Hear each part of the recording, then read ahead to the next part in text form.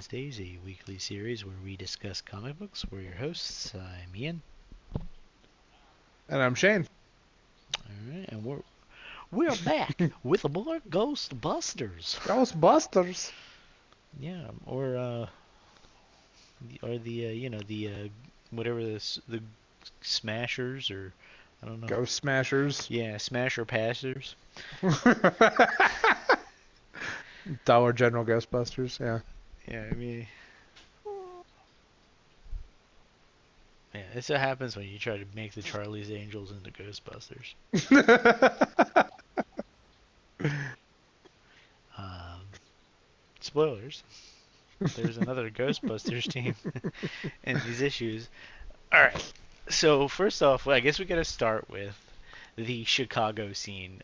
Shane, you were telling me Yeah. you have descriptions or reasons as to Yes. why we've never met that character before, and they were pretending like we did. Okay. No, that was weird. I had to look it up because, like, all right, so a little bit of backstory. When I bought these issues way back when, um, it came as the volumes. So, like, individual issues and things like that, I didn't get. So, according to this, it was produced in like a couple of separate issues that I just was not able to acquire. Brian, the name of the character is Brian Welsh, answered an ad placed by the Ghostbusters seeking a participant in the active deployment of new technologies. He started out as an intern with the Ghostbusters before being graduated to guinea pig for an experimental advanced proton pack. The He was one of the three rookies that put his ad in the paper. They basically worked a little bit in Chicago with this experimental tech, and after the nonsense with like Shandor and like Gozer and all that, he's been in communication with Egon, but he kept the name Rookie even though he is the lead of his own team, because like he said in the comics, that way if people complain, he can just be like, "Oh yeah, you got to contact my boss," even though he's the boss. Huh. I like that. So that was just like a little couple of issues because I saw that and I was like, "Who is this? Did I accidentally send the gentleman's like the wrong comics? What the fuck?" So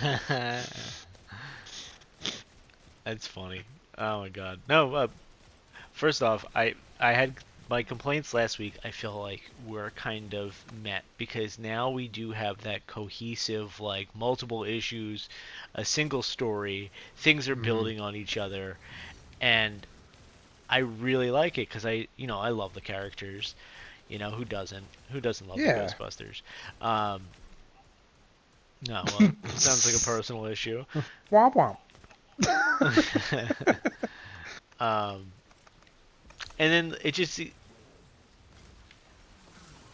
I know he's like the biggest nerd that we have here. That's saying something. Um, no, God, we're playing. We record a audio podcast about comic book reading weekly, while we play video games. We're gonna save the ladies for the rest of y'all. Like, so, yeah. I mean, thankfully for the world, we're all married. Otherwise, there'd be some problems. Look, I'm gonna bust my own balls here for a minute. My wife has told me on numerous occasions, just for all the people out there who are listening with ADHD, I take things literally. I don't know how to fucking flirt. So if I wasn't married, I'd probably be screwed. Yeah. To be fair, Al's probably the only one that wouldn't be screwed, because I'd be screwed too. I don't know, you handsome devil. All right, well, back to the comics.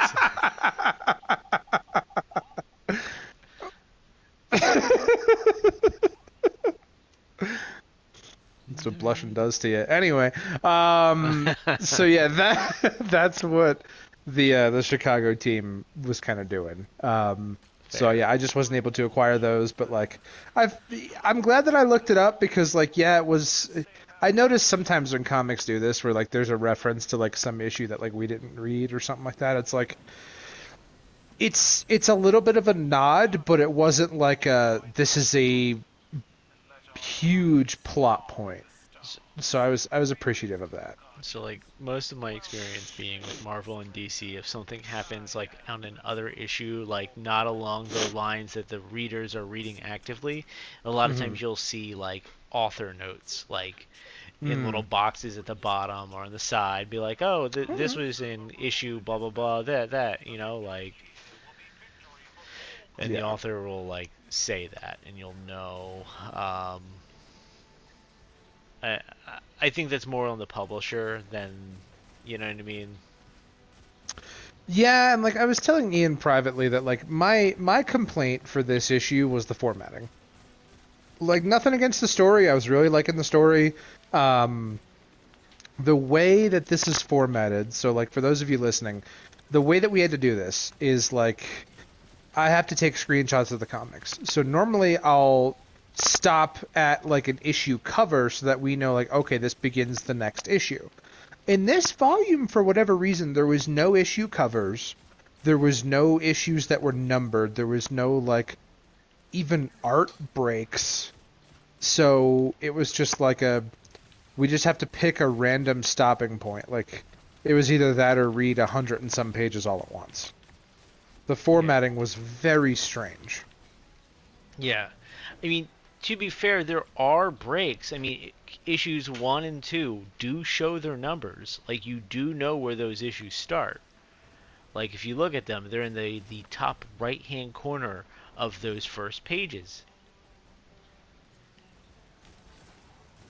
Oh, oh, Mm-hmm. absolutely. Absolutely. It's weird. It's strange. I mean, if you read any, like, compendium of any sort, small or large, it will, what do you call it? It'll have cover pages. You know what I mean? Like it's just gonna, cause like one, you got to celebrate the art, right? I mean, like the artists who make these books are fantastic, and like to Yeah, celebrate that, you know.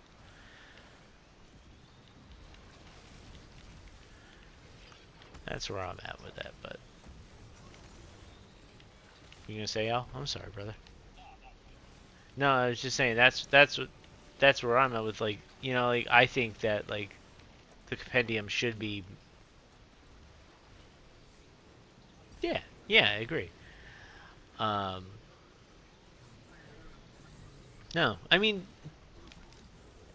I feel like every like piece of media, whether it's like books, movies, comics, you know, what have you, there are flaws, but like we look past those, and I feel like the pros outweigh the cons with these books. Like, yeah. um, so how do we the Ghost Smashers is our Ghost other team Smashers. here. Now they were kind of like taking up residence in New York while our Ghostbusters were traveling the country. Mm-hmm.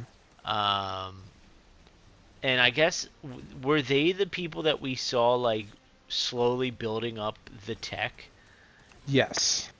Which like I have my suspicions on who gave them the tech. I don't know if it's gonna reveal it to us, but like I I am like nearly 100% confirmed that like Peck was the one that was like stealing blueprints and giving them to this guy. I mean, that would make sense. That's how I was. My guess was Peck also.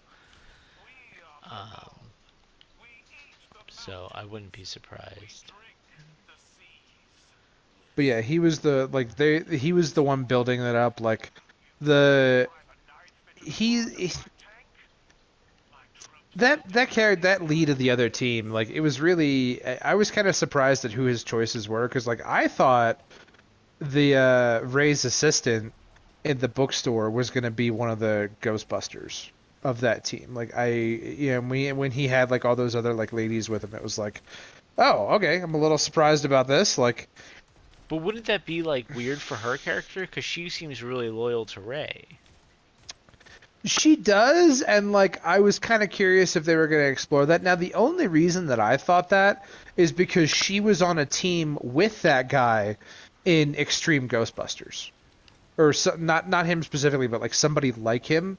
So like I thought that that was the route that they were going was like to eventually have her do it. Yeah, I was thinking it was Eddie for a hot minute, but like I realized it wasn't. But I still was just like, okay, well, when is she gonna become a Ghostbuster? Because like she's got to be a Ghostbuster. So yeah, Fair. I mean, so eventually it's going to happen, but just not yeah. with that team.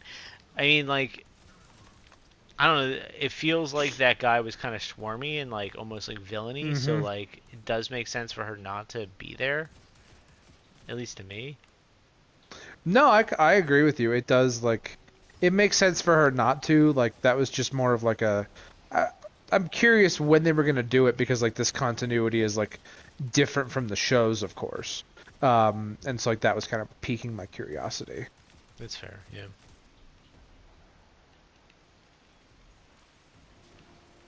But Yeah.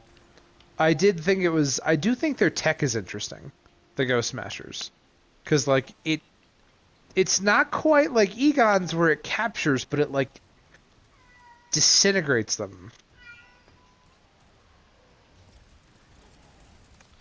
Yeah, it's just like a pause on the ghosts almost.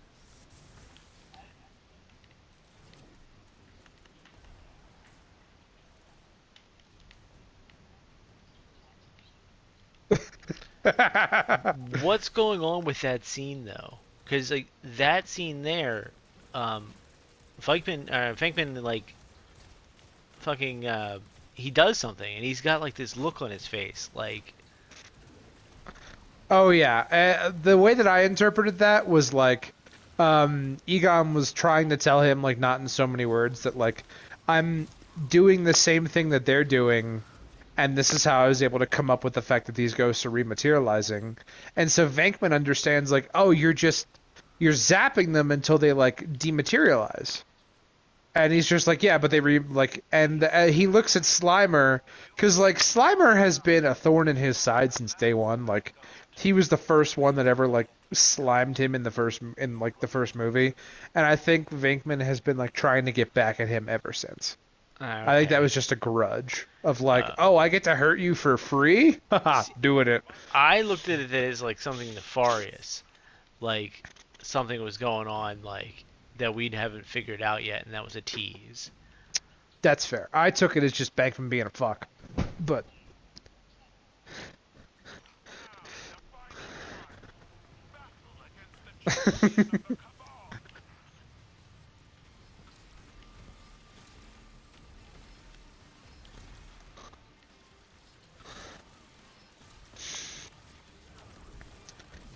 That's absolutely fair. I again, I was just overlooking into it. And then speaking of overlooking into things, maybe you guys thought the same here, or maybe it's me again doing that. But sure. So they show the friend that cheated death, and yes. he had he says, "Oh, I gotta let death out." Now, would the Ghost Smasher's tech be more permanent if death was free? Ooh. That is, oh shit, that's a, well, okay. I'm gonna nerd out a little bit and try and see if I can answer this because now I'm curious because like it doesn't like if I were to think of this from like sci-fi nonsense, right? It kind of deatomizes them, but it doesn't deconstruct them so that they can reconstitute themselves later. Death is the one that like prevents the psychokinetic energy from what Egon was saying. So I'm assuming that like just based on that, the energy would still be there. So like maybe I think their tech would still be ineffective, but like my theory at that point would be it would last longer. Would you think that maybe like death would be able to collect the spirits that like easier? Because I had the feeling like death's job is to almost like a chiron or chiron, is that how you say that, Greek? Charon. Charon, like bring the souls to the other side. And if Yeah. these ghosts are wily and they're moving in different directions and they need to be captured more or less, um, would would spreading them out, like shooting them with the Ghost Smasher tag, make them easier to be captured by death? I mean, now that you say that, I think yes. I think that like we could. I would actually kind of love to see that. There's like definitely a. I think it would make it easier for Death to collect that energy, Hmm. because if Death is the one that's collecting the spirit and like ushering into, if you think about it, the Ghostbusters are just playing catch up. All the ones that Death doesn't get to or like are not of a concern for Death is the best way that I could phrase it there. If you're deatomizing it, you're making it like I would imagine you're kind of making it like a little energy beacon, like, hey, come over here, take a look at this. So that makes sense to me. I could see it like that too. And like something that's deatomized is not like wreaking havoc and moving quickly. Um, Mm. so I would think that they would be able to, Death would be able to capture it at that point, like kind of like bring it in. And now that I'm thinking about it, I think of Death as like kind of like the natural trap. Hmm. No. Um, And the but Ghostbusters just kind of getting the leftovers. okay. And now I'm really focused on this Death thing now. The That's cool. Death is released, let's say hypothetically. Okay. It wants the souls that the Ghostbusters have captured.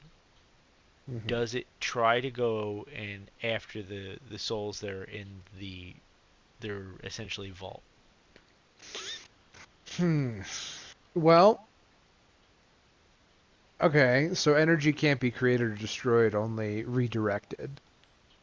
If the ghosts are acting as a, I think it was Egon that said that the ghosts are acting as a barrier, like a cushion between dimensions.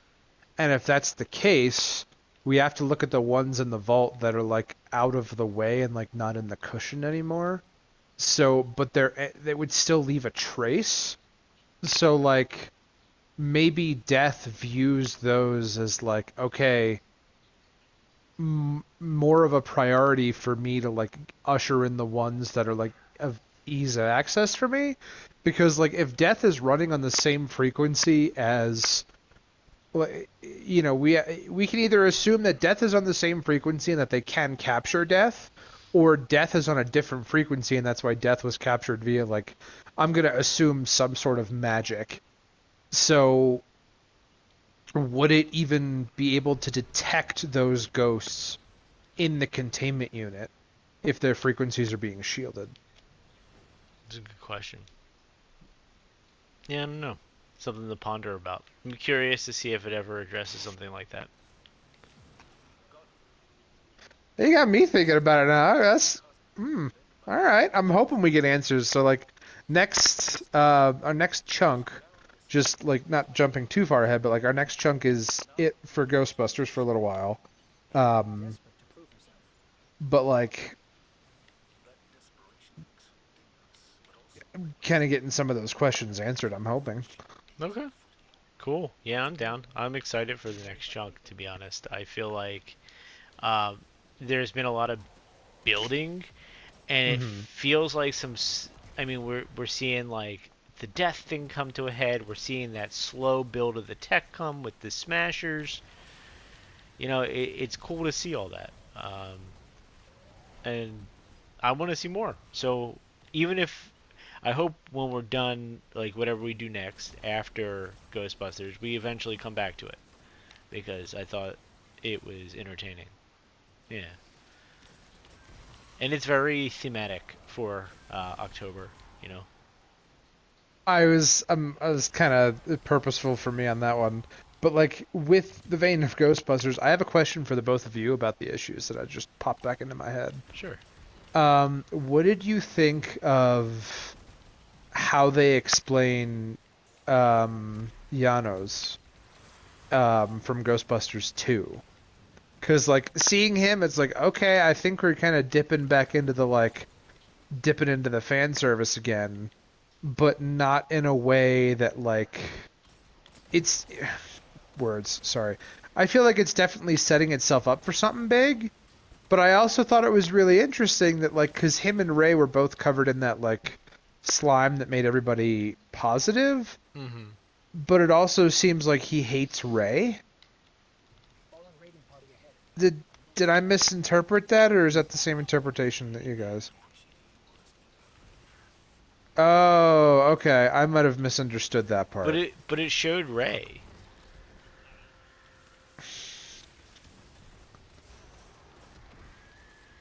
Oh, but he likes Ray.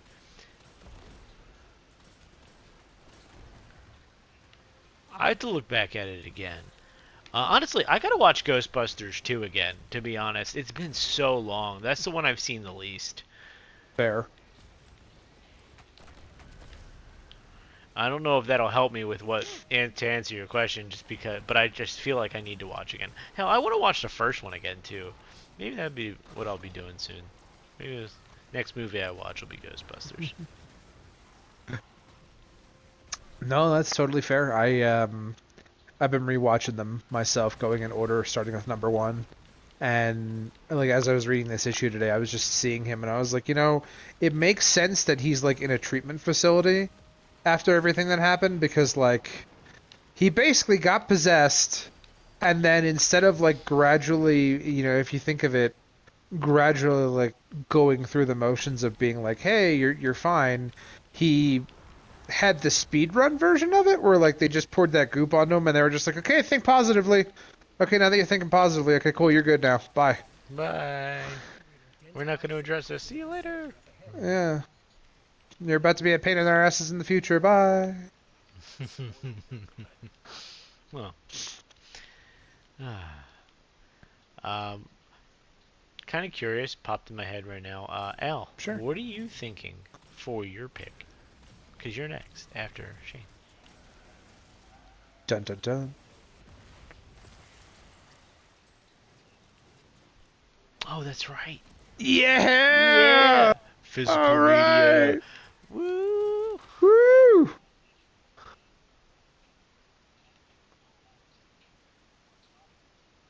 Yeah. I Yeah, think I have. I do too.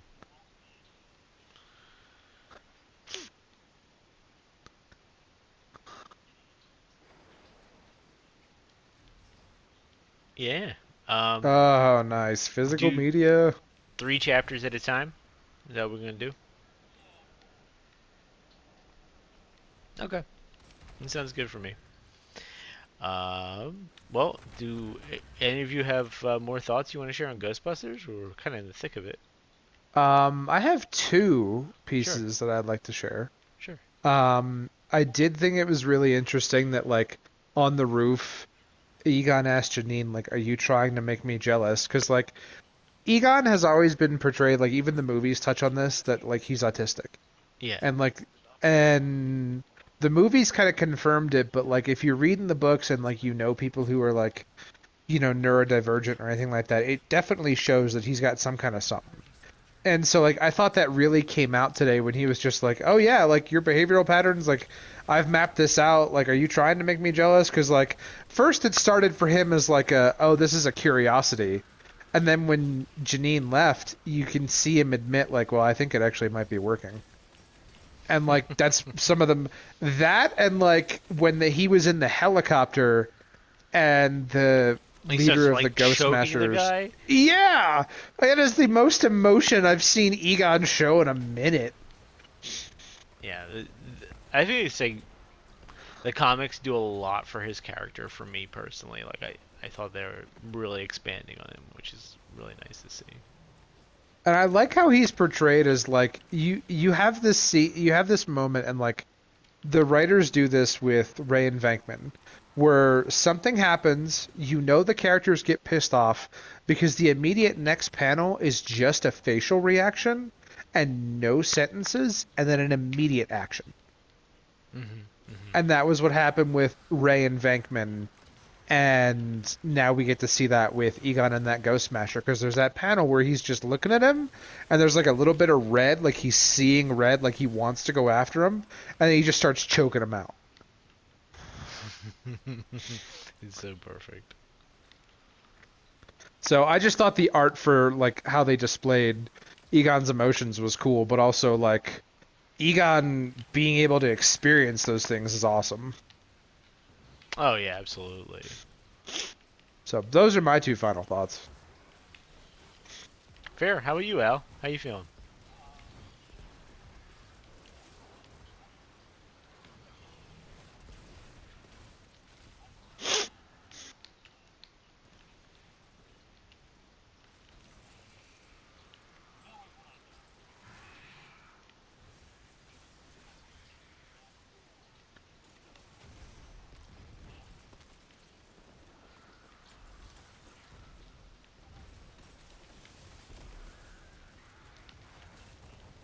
Sleaze.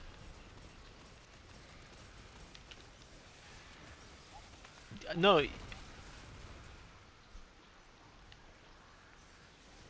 Oh, absolutely. Because Mm-hmm. he feels very like narrow-minded, like singular, like um, you know, drives into New York, says like, oh, they go like, fuck you, into your mother, like, and I'm like, oh, okay. And like, how many scenes have we seen him leaning out the car yelling things at people? It's happened more than once. Oh yeah, you're right.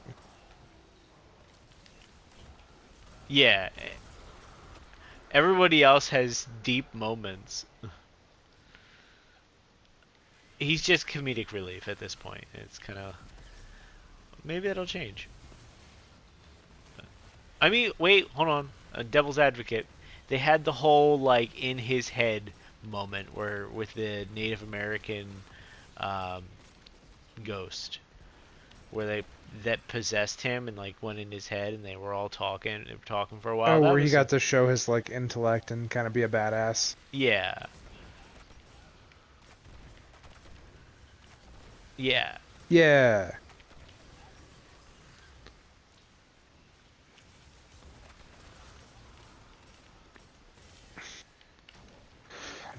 No, you're right. No, that's No, totally that's fair. fair. Absolutely. That's why I was saying devil's advocate because we were complaining about it, but they did do it there, so they can do it. You know. Hey, great final thought. I don't know. Yeah. I'm all tapped out on my thoughts for today, so I think we're good. Ready to end it up. Yeah, no, it sounds good. Next week is going to be the last 50 pages of, a little bit less, but the last bits of this. And then we'll be taking a break for Ghostbusters, and on deck is Al. Yeah. Cool. All right. Thanks, everybody. Y'all have a good night. Yeah, thanks for listening.